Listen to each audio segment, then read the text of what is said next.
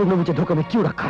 मुझे क्यों नहीं बताया कि तुमने मेरे बाप को गोली मारी थी? क्यों नहीं बताया कि मेरी माँ पागल होकर हॉस्पिटल से भाग निकली थी? क्यों झूठ बोला था? दोस्तों, एक सुपरस्टार अभिनेता मिथुन चक्रवर्ती जो किसी परिचय का मोहताज नहीं है। हम तेरी मोहब्बत में यूं पागल रहते हैं। यहीं पर बात करें मिथुन चक्रवर्ती के बेटे मिमोह चक्रवर्ती आनी की अक्षय चक्रवर्ती के नाम से जानते हैं। इनकी बात करें तो आप लोग कहेंगे कहीं इनसे अच्छा हम लोग हैं। विश्वास की डोर बड़ी कच्ची होती है चौरासिया, टूट गई वो डोर। हम इस वीडियो में मिथुन चक्रवर्ती और उनके बेटे के बारे में बात करने वाले हैं। वीडियो बहुत इम्पोर्टेंट होने वाले हैं। कि नाचे रास्ते में देख तमाशा सस्ते में। और मिथुन चक्रवर्ती का आप लोग फॉलोअर हैं या फ्रेंड हैं तो चैनल को सब्सक्राइब जरूर कर लीजिएगा। यहाँ क्या कर रहे हो? जाओ जाकर जैक की लाश का पोस्टमार्टम करके पता करो कि उस... चलिए व्यर्थ में समय नष्ट ना करते हुए वीडियो करता हूं मैं स्टार्ट।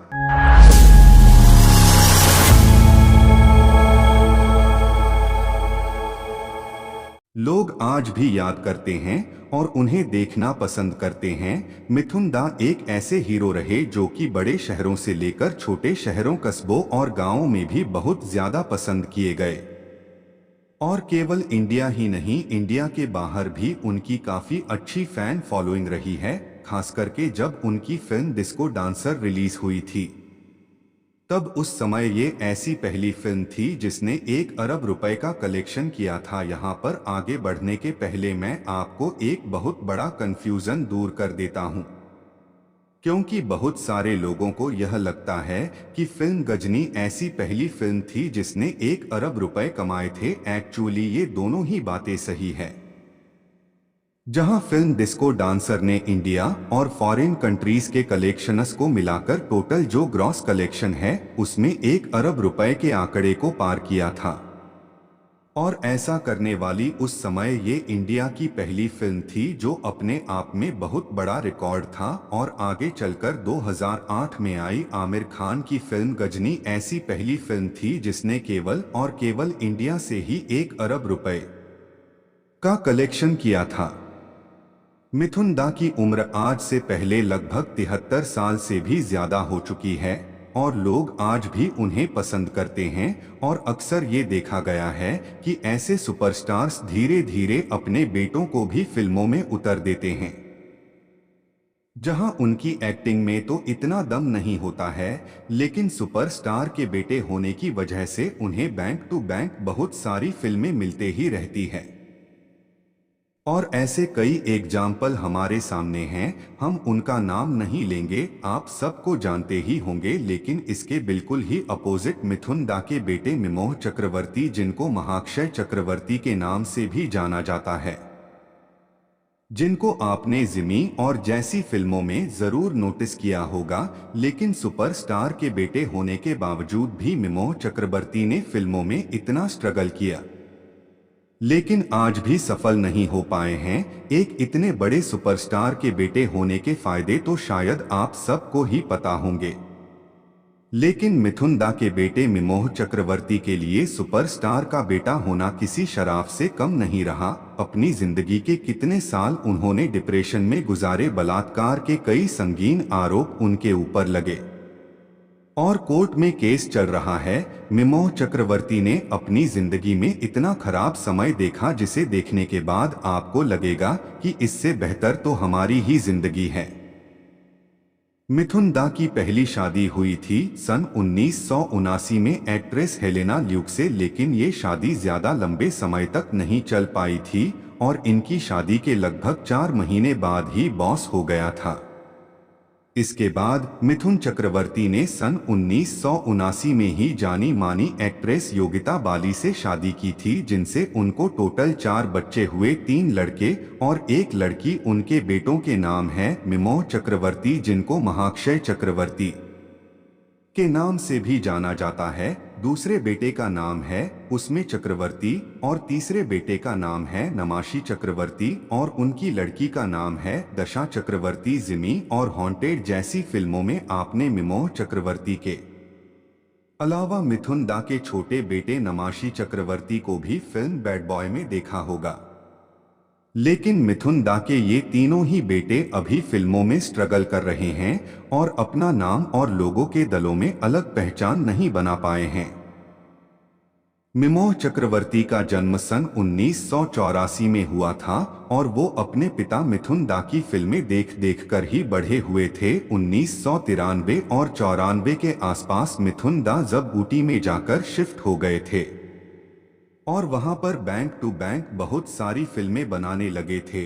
तब उस समय तक मिमोह चक्रवर्ती भी लगभग 10 या 11 साल के हो चुके थे और मिथुन दा के साथ में और समय उनका पूरा परिवार भी ऊटी में ही शिफ्ट हो गया था और उस समय आने वाली मिथुन दा की ये सारी ही फिल्मों मिमोह चक्रवर्ती को बहुत अच्छे से याद है।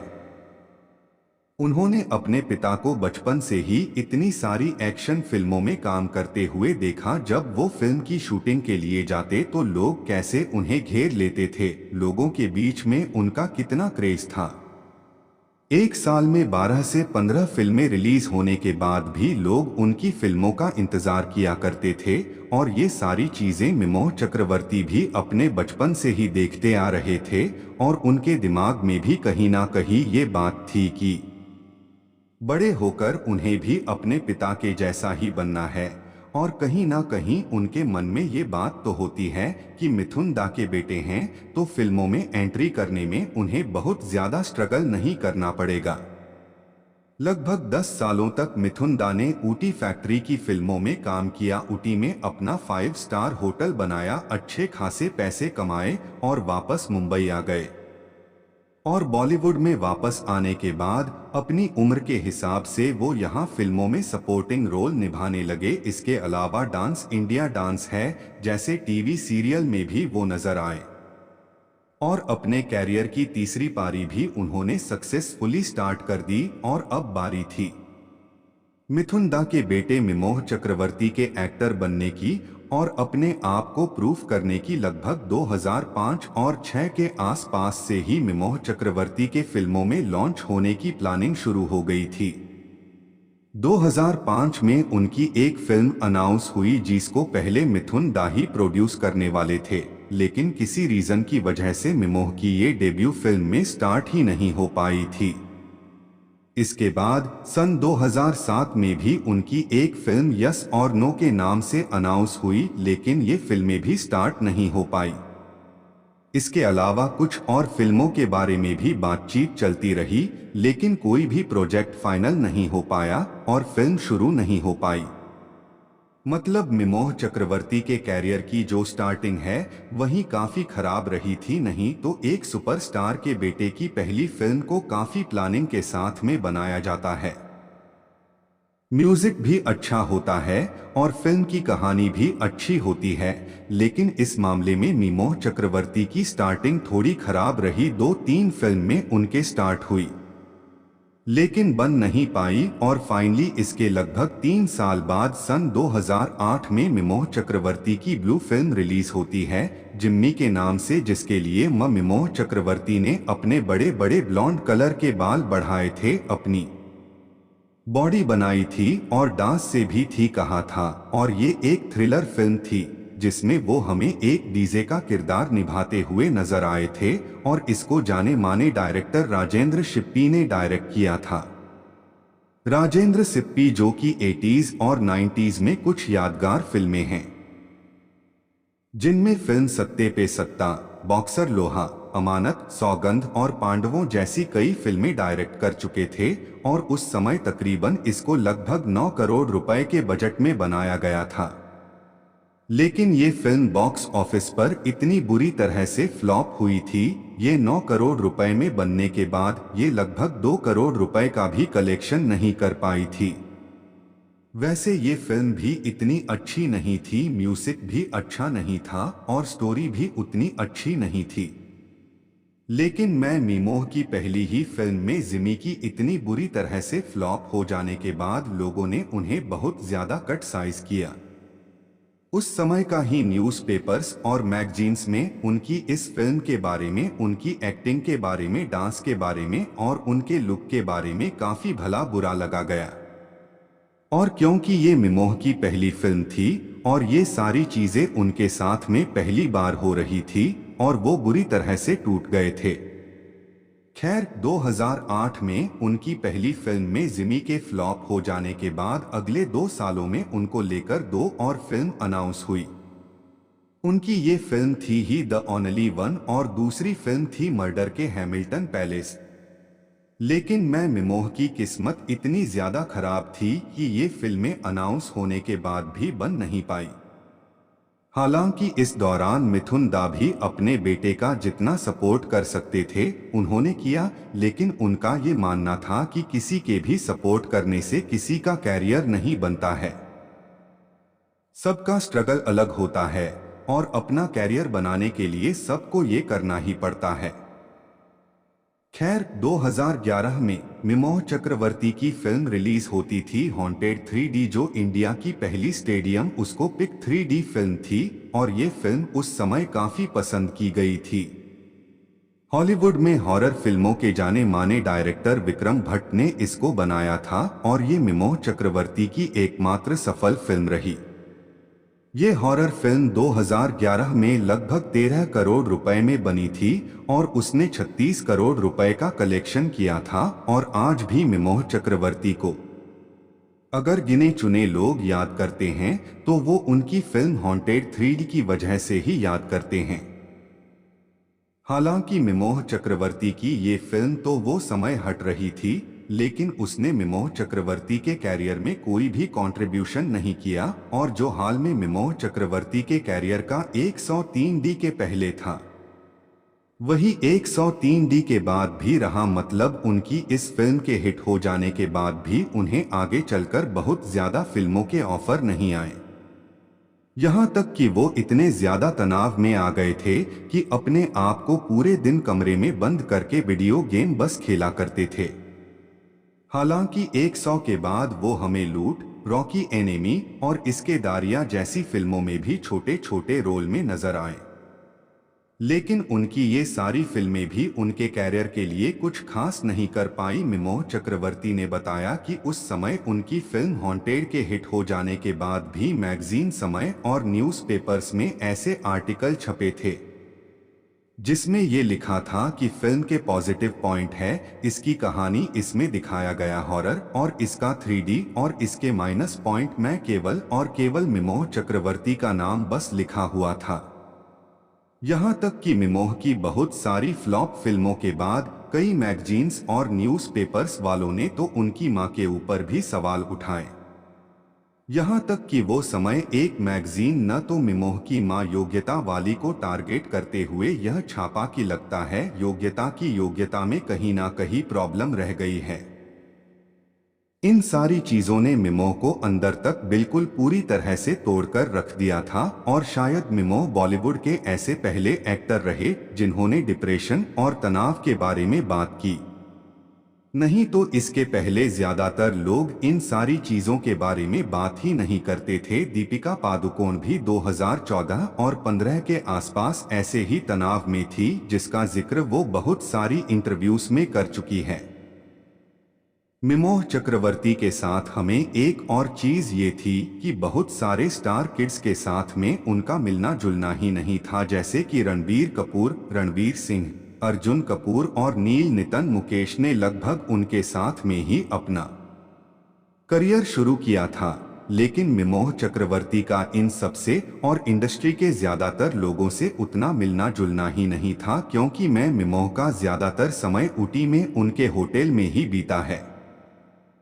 मिमोह आज भी अपने कैरियर में स्ट्रगल कर रहे हैं और आगे चलकर उन्होंने मैं मुलायम सिंह यादव, रोज और जो गिरा सारा जैसी फिल्मों में भी काम किया है। लेकिन इतने साल हो जाने के बावजूद भी उन्हें फिल्मों में अच्छे रोल और अच्छी फिल्में नहीं मिल पा रही है। हाल ही में रिलीज हुई नवाजुद्दीन सिद्दीकी की फिल्म में जो गिरा सारा में भी वो हमें नजर आए थे और यहाँ पर उन्होंने अपने आप में इतना ज्यादा ट्रांसफॉर्मेशन किया कि आप में से ज्यादातर लोग तो उन्हें पहचान तक नहीं पाएंगे। ये तो बात हुई मिमोह चक्रवर्ती के फिल्मी कैरियर की। एक नजर डालते हैं उनकी पर्सनल लाइफ के ऊपर और उनकी कंट्रोवर्सीज के ऊपर।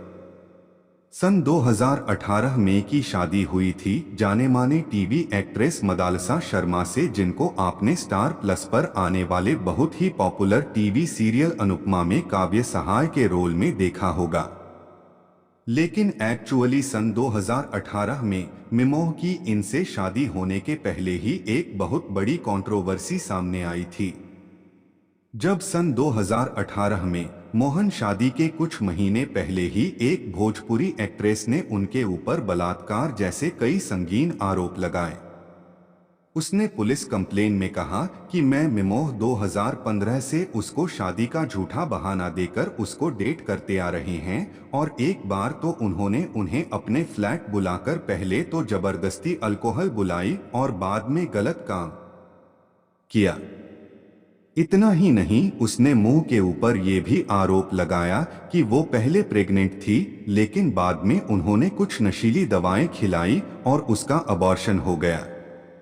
इस कंप्लेंट के बाद पुलिस सख्ती में आई और मिमोह चक्रवर्ती की शादी जो कि ऊटी में होने वाली थी, वहां पर जाकर पुलिस ने ये शादी रुकवाई।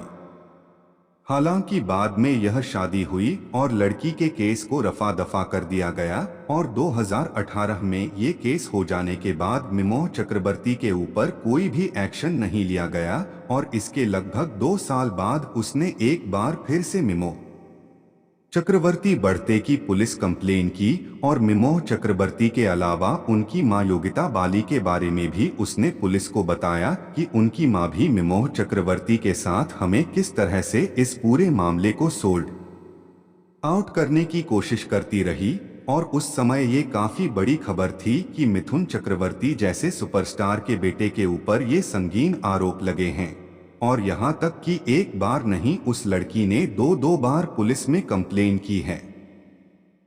खैर जो भी हो, मिमोह चक्रवर्ती जहां एक तरफ अपने कैरियर में स्ट्रगल कर रहे थे, वहीं दूसरी तरफ अपनी पर्सनल लाइफ में भी स्ट्रगल कर रहे थे, और अभी भी उनका ये स्ट्रगल खत्म नहीं हुआ है, ये चलता ही जा रहा है। हालांकि मोहन ने बताया कि उनके माता पिता ने उन्हें कभी भी इसके लिए फोर्स नहीं किया है कि उन्हें एक एक्टर ही बनना है। ये मिमोह का खुद का ही कैरियर सिलेक्शन है और खुद का ही स्ट्रगल है। मिमोह ने बताया कि अगर वो इस फील्ड में नहीं आते तो वो आर्मी में जाना पसंद करते हैं।